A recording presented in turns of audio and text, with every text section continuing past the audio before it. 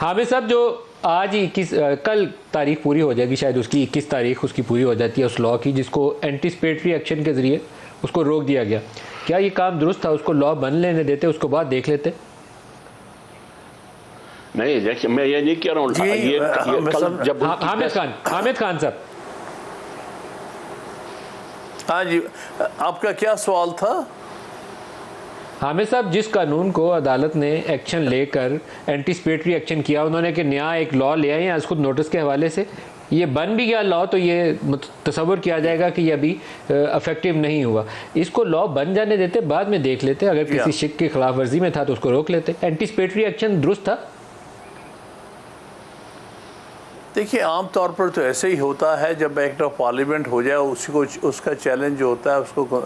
کیا جاتا ہے، لیکن یہ جس سٹیج پر قانون تھا تقریباً وہ مکمل ہو چکی تھی، کیونکہ پارلیمان کی طرف سے تو وہ قانون بن کے یہ صدر کو جا چکا تھا اس کی اسینٹ کے لیے۔ اب اس کے بعد صدر اسینٹ دے یا نہ دے،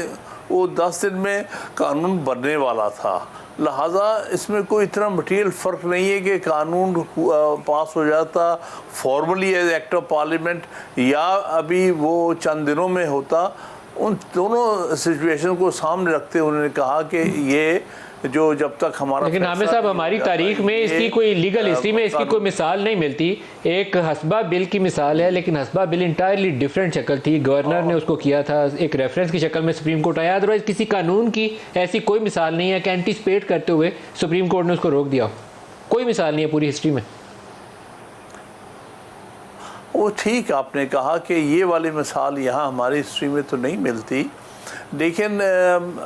یہ صورتحال ایک خاص انداز سے